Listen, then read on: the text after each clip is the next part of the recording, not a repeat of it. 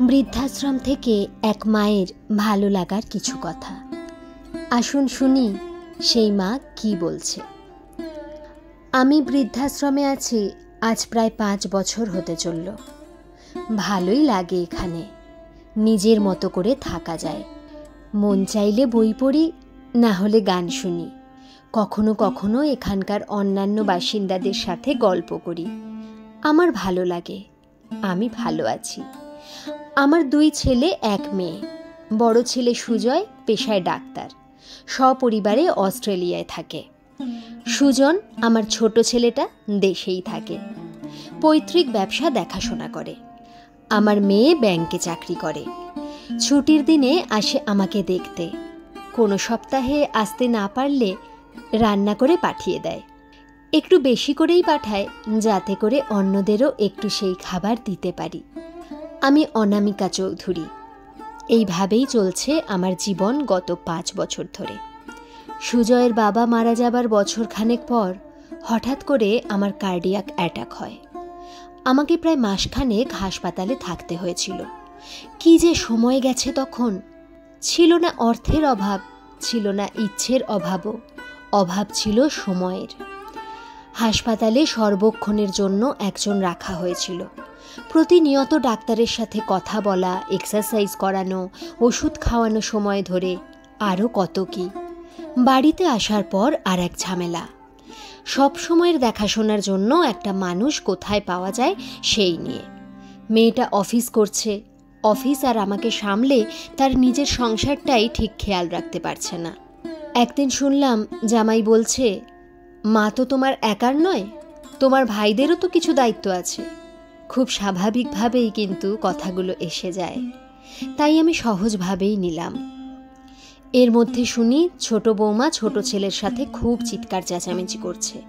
নাতির রেজাল্ট খুব খারাপ হয়েছে। অসুস্থ আমাকে দেখতে আত্মীয় স্বজনের আনাগোনা বেড়ে গিয়েছিল। আবার আমাকেও একটু বাড়তি যত্ন করতে হয়েছে। তাই একদিন বাবা মা কেউই আর ছেলের পড়াশোনা দেখার সুযোগ পায়নি। এই ঘরে বাচ্চা মানুষ হবে না, কারণ এখানে পড়াশোনার কোনো পরিবেশ নেই। সারাদিন লেগেই আছে লোকজন, রান্না বান্না, এইসবের মধ্যে বাচ্চা মানুষ হয়? বৌমার জোর গলা। আমি শুনলাম এবং ভাবলাম, ঠিকই তো। আজকালকার এই প্রতিযোগিতার যুগে টিকে থাকতে হলে বাচ্চাকে 100% সময় দিতে হবে। এখান থেকে 10 ভাগও যদি অন্য কোথাও দেয়া হয় তবে ক্ষতি হয়ে যাবে বাচ্চার। আমি অনেক ভেবে দেখলাম, বিভিন্ন দিক থেকে ভেবেছি। তারপর আমি এই সিদ্ধান্ত নিয়েছি। ছেলেমেয়েরা বিরোধিতা করেছে। বড় ছেলেটা বিদেশ থেকে আসলো, অনেক কান্নাকাটি করেছিল সে। আমাকে এখান থেকে অস্ট্রেলিয়ায় নিয়ে যেতে চেয়েছিল। মেয়েটা অনুরোধ করেছিল যেন তার সাথে গিয়ে থাকি, কিন্তু আমি সবাইকে না করে দিয়েছি। আমি আমার সিদ্ধান্তে অটল থেকেছি।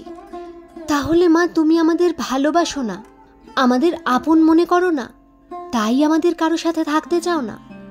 ছোট ছেলে কাতর কণ্ঠে জিজ্ঞেস করল, তার চোখে জল। ভালোবাসি রে পাগল, অনেক ভালোবাসি। আর তাই চাই সম্পর্কটা সবসময় এমনই ভালোবাসায় ভরপুর থাকুক। একসাথে থাকা সম্পর্কগুলোর মধ্যে প্রত্যাশা অনেক বেশি রে। আর যখন প্রত্যাশা আর প্রাপ্তির হিসাব মেলে না, তখনই সম্পর্কে টানাপোড়েন শুরু হয়, পরিবারে অশান্তি বাড়ে।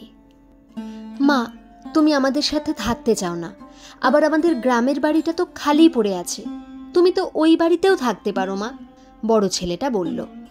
সেই তো বাড়ি, সংসার, দায়িত্ব অনেক তো করলাম, এবার একটু নিজের মতো থাকি। তোদেরও আমাকে নিয়ে টেনশন করতে হবে না, আমারও একা বাড়িতে মরে পড়ে থাকার ভয় থাকলো না। তুমি যাবেই, বুঝতে পেরেছি। ঠিক আছে মা, বাধা দেব না আর। একটাই অনুরোধ, তোমার খরচটা আমাদের দিতে দিও মা। বেশ তো, দেবী, মুচকি হেসে জবাব দিলাম। এর পরের কাজগুলো খুব দ্রুতই গুছিয়ে নিলাম। টাকা পয়সা সম্পদের যথাযথ বিলি বন্টন করলাম। আমার অংশের সম্পত্তিটুকু নিজের কাছেই রেখেছি, নিজের মতো ব্যবস্থা করব বলে। এ সম্পদ থেকে সমাজের বয়স্কদের জন্য কিছু করার ইচ্ছে আছে। এখানে অনেকেই আছেন যারা ছেলে মেয়েদের সাথে একটু সময় কাটানোর বিনিময়ে সর্বস্ব দিতে প্রস্তুত, কিন্তু ছেলে মেয়েদের সময় হয় না বৃদ্ধ বাবা মায়ের সাথে দুদণ্ড সময় কাটানোর। আবার অনেকে ভাগের মা কিংবা বাবা হয়ে থাকতে চান না, চলে আসেন এখানে। অর্থাৎ একদম নিরুপায় না হলে কেউ বৃদ্ধাশ্রমে আসাটা চিন্তাই করতে পারে না। অথচ বৃদ্ধাশ্রমে থাকাটা যে জীবনের শেষ বেলায় অনেক ধরনের পারিবারিক জটিলতার বিপরীতে কোনো সুন্দর বা সম্মানজনক সমাধান হতে পারে, এই ধারণাটাই এখনও সমাজে তেমন গ্রহণযোগ্য নয়। যতদিন আমরা মেয়েরা স্বামী, সন্তান, পরিবারের বাইরে নিজেকে অস্তিত্বহীন মনে করব, ততদিন এই বৃদ্ধাশ্রম ব্যাপারটা একটা ঋণাত্মক ব্যাপার হয়ে আমাদের মাঝে থাকবে। এখানে সবাই আমাকে হিংসা করে, ভালোবাসা মিশ্রিত হিংসা। বলে, ছেলেমেয়েরা আপনাকে এত ভালোবাসে, এত তাদের সাথে থাকতে বলে, আর আপনি এখানে আশ্রমে পড়ে আছেন। আমি হাসি, তাদের আমি বোঝাতে পারি না আমি এখানেই ভালো আছি। আমি জানি আমার ছেলেমেয়েরা আমাকে অনেক ভালোবাসে, অনেক সম্মান করে, কিন্তু আমি এটাও জানি এই ব্যস্ত জীবনে যেখানে দিনের প্রতিটা ঘন্টা হিসাবের, সেখানে আমি তাদের কাছে একটা বাড়তি দায়িত্ব ছাড়া কিছুই না। একজন মায়ের জীবন শুধু ছেলে মেয়েদের বড় করে তোলা আর বৃদ্ধ বয়সে তাদের উপর নির্ভরশীল হয়ে বেঁচে থাকা নয়। বড় হওয়ার সাথে সাথে সন্তানদের নিজের জগৎ তৈরি হয়, নিজের পরিবার তৈরি হয়, তাদের ঘিরেই চলে জীবনের আবর্তন। সেইখানে বৃদ্ধ মা বা বাবা তাদের সেই জীবনের অংশ হয় না, এটাই সত্য। অনেকেই হয়তো এই সত্যটা ধরতে পারে না, কিংবা ধরতে পারলেও না বোঝার ভান করে। হয়তো তাদের আর কোনো উপায় নেই, অথবা তারা যে কোনো মূল্যে সন্তানের কাছে থাকার লোভ সামলাতে পারে না। আমি যে কোনোভাবেই হোক এই লোভ সংবরণ করে নিলাম।